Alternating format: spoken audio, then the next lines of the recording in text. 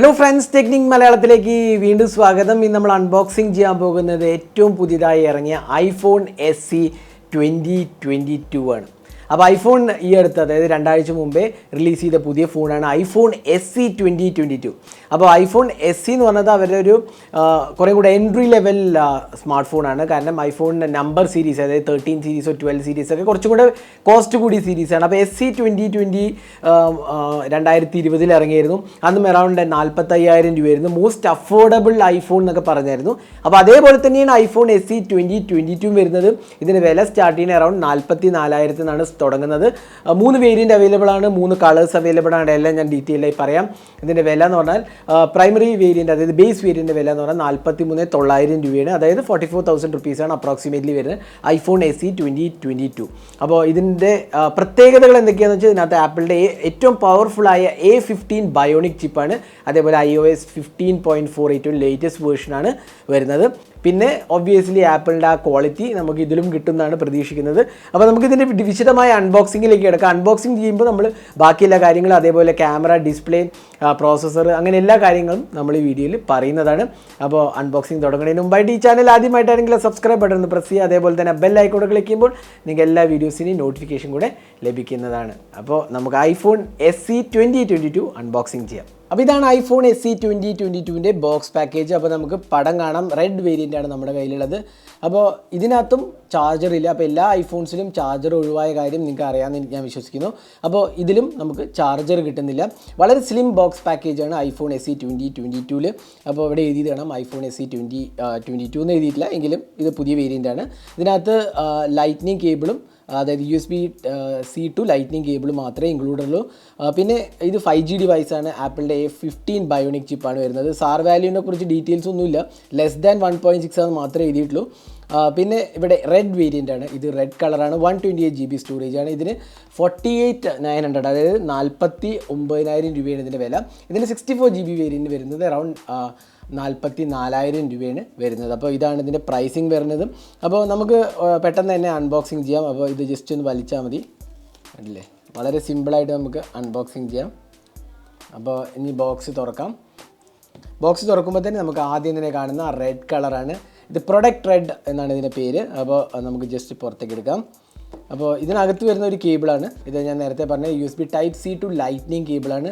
അപ്പോൾ ആപ്പിളിൻ്റെ proprietary charging ആണ് ലൈറ്റ്നിങ് കേബിൾ. അപ്പോൾ Type-C ഇതിനകത്ത് ചാർജർ ഇല്ല. ഇതിനകത്ത് 18 watt ചാർജിങ് സപ്പോർട്ടഡ് ആണ്. നമുക്ക് സെപ്പറേറ്റ് മേടിക്കേണ്ടി വരും. പിന്നെ ഇതിനകത്ത് നമുക്ക് പ്രൊഡക്റ്റ് റെഡിൻ്റെ ഒരു ഡീറ്റെയിൽസ് കാണാം. സിം ഇജക്റ്റ് പിൻ കാണാം. പിന്നെ സ്റ്റിക്കർ, ആപ്പിളിൻ്റെ സ്റ്റിക്കർ കാണാം. ഇത്രയാണ് ഇതിനകത്ത് വരുന്നത്. വേറൊന്നും തന്നെ ബോക്സിനകത്ത് വരുന്നില്ല. അപ്പോൾ നമുക്ക് ഇനി നേരെ ഡിവൈസ് ഒന്ന് ബൂട്ട് ചെയ്യാം. അത് കഴിഞ്ഞിട്ട് ബാക്കി വിശേഷങ്ങൾ അല്ലെങ്കിൽ ഫീച്ചേഴ്സ് നമുക്ക് പറയാം. അപ്പോൾ നമ്മൾ ഫോൺ ബൂട്ട് ചെയ്തിരിക്കുകയാണ്. അപ്പോൾ iPhone SE 2022 നമ്മൾ ബൂട്ട് ചെയ്തിരിക്കുകയാണ്. ഇതിനകത്ത് വരുന്നൊരു 4.7 ഇഞ്ചസ് HD ഡിസ്പ്ലേ ആണ് വരുന്നത്. അപ്പോൾ അതൊരു ഡെഫിനറ്റ്ലി ഒരു പോരായ്മ എന്ന് പറയാം. കാരണം ഇത്തവണയും iPhone SEയിൽ ഡിസ്പ്ലേ അപ്ഗ്രേഡ് ചെയ്തിട്ടില്ല. ഇപ്പോഴും നമുക്ക് കിട്ടുന്നത് ഒരു HD ഡിസ്പ്ലേ ആണ്. അപ്പോൾ OLED അല്ല, ഇത് IPS LCD ഡിസ്പ്ലേ ആണ് വരുന്നത്. അപ്പോൾ അതാണ് ഒരു ഡിഫറെൻറ്റ് ആസ്പെക്റ്റ് പറയാവുന്ന പോരായ്മ എന്ന് വേണമെങ്കിൽ പറയാവുന്നത്. ഇപ്പോഴും ഡിസ്പ്ലേ അപ്ഗ്രേഡ് ചെയ്തിട്ടില്ല എന്നുള്ളതാണ്. പക്ഷേ ഐഫോണിൻ്റെ എല്ലാ ഡിസ്പ്ലേ ക്വാളിറ്റി അതായത് ഗ്ലാസ് ഫിനിഷിങ്ങും അതേപോലെ ഡിസ്പ്ലേൻ്റെ പ്രൊട്ടക്ഷനും അങ്ങനത്തെ കാര്യങ്ങളെല്ലാം തന്നെ നമുക്ക് ഇവിടെ നല്ല രീതിയിൽ വരുന്നുണ്ട്. ഇപ്പോൾ ഇവിടെ നമുക്ക് കാണാം വലിയ 2 ബെസൽസ് കാണാം. താഴെ ടച്ച് ID കാണാം. അപ്പോൾ ടച്ച് ID എന്ന് പറഞ്ഞാൽ നമുക്ക് ഫേസ് ID ഇല്ല ഇതിനകത്ത്. ടച്ച് ID മാത്രമേ ഉള്ളൂ. അൺലോക്ക് ചെയ്യാൻ നമുക്ക് ടച്ച് ID ആണ് യൂസ് ചെയ്യേണ്ടത്. അപ്പോൾ ഞാൻ ടച്ച് ID ഓൾറെഡി സെറ്റ് ചെയ്തിട്ടുണ്ട്. അപ്പോൾ നമുക്ക് ജസ്റ്റ് പ്രസ് ചെയ്താൽ മതി. ടച്ച് ID വെച്ച് അൺലോക്ക് ചെയ്യാം. ഫേസ് ID അതായത് ഫേസ് അൺലോക്ക് ഇതിനകത്ത് ഇൻക്ലൂഡഡ് അല്ല.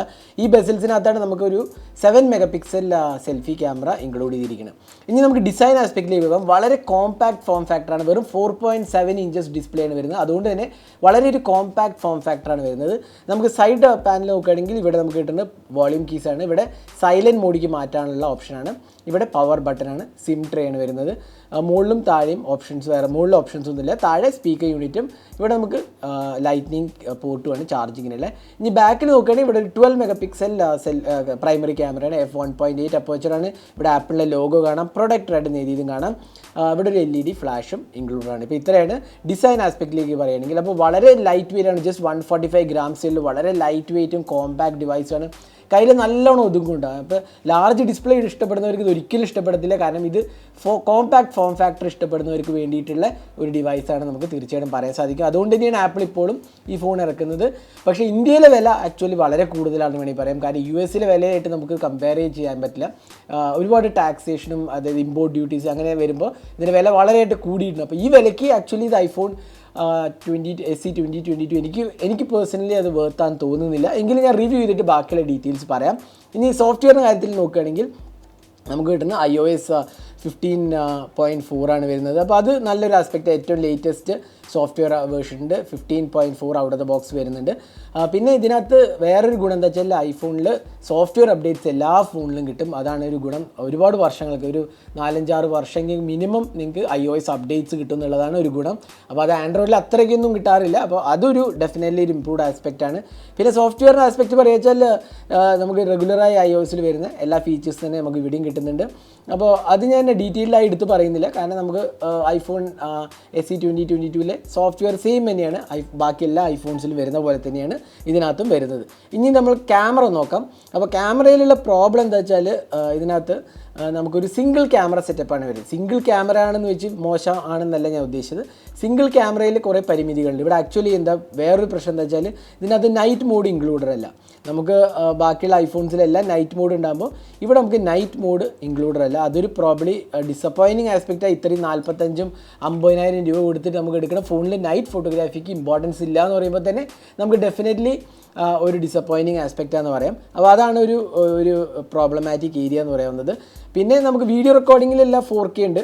4K 60 FPS വരെ സപ്പോർട്ടഡ് ആണ്. അത് നല്ലൊരു ആസ്പെക്റ്റാണ്. പ്രത്യേകിച്ച് ഐഫോണിൻ്റെ വീഡിയോ റെക്കോർഡിംഗ് വളരെ മികച്ചതാണ്. അതുകൊണ്ട് തന്നെ നമുക്ക് വീഡിയോസ് ഒക്കെ എടുക്കാൻ നല്ലതായിരിക്കും. പക്ഷേ ലോ ലൈറ്റ് ഫോട്ടോഗ്രാഫിയാണ് ഇതിൻ്റെ ഏറ്റവും വലിയ പോരായ്മ. പിന്നെ ഒരു 7 MP സെൽഫി ക്യാമറയാണ് കൊടുത്തിരിക്കുന്നത്. പിന്നെ നമുക്ക് കിട്ടുന്നത് ഫോട്ടോ മോഡ്, പോർട്രേറ്റ് ലെൻസുണ്ട്, പാൻഡ്രോമ, അതേപോലെ video, slow motion, time lapse, ഇങ്ങനെ എല്ലാ ഫീച്ചേഴ്സും തന്നെ കൊടുത്തിട്ടുണ്ട്. അപ്പോൾ നമുക്ക് കുറച്ച് ക്യാമറ സാമ്പിൾസ് കൂടി കാണാം. ഇതെല്ലാം iPhone SE 2022 എടുത്ത ക്യാമറ സാമ്പിൾസ് ആണ്.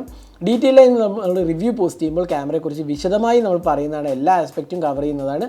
അപ്പോൾ ഇതെല്ലാം iPhone SE 2022 എടുത്ത ക്യാമറ സാമ്പിൾസ് ആണ്.